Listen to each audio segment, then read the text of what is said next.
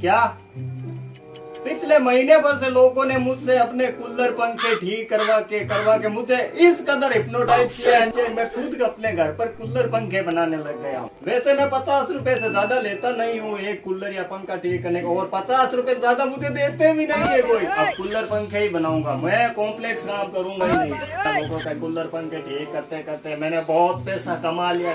मैंने अपनी फीस कम क्या रखी गाइस, दुनिया वालों ने तो मुझे खिलौना ही बना। अब क्या कहते हैं, तार टूट गई, चलो आ जाओ ठीक करने।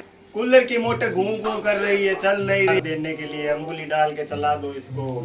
पंखा धीरे चल रहा, आ जाओ कैपेसिटर बदलने। लीकेज हो गया, चलो आ जाओ उंगली लगाने। पंखा चलते चलते हिल रहा है, आ जाओ पकड़ने।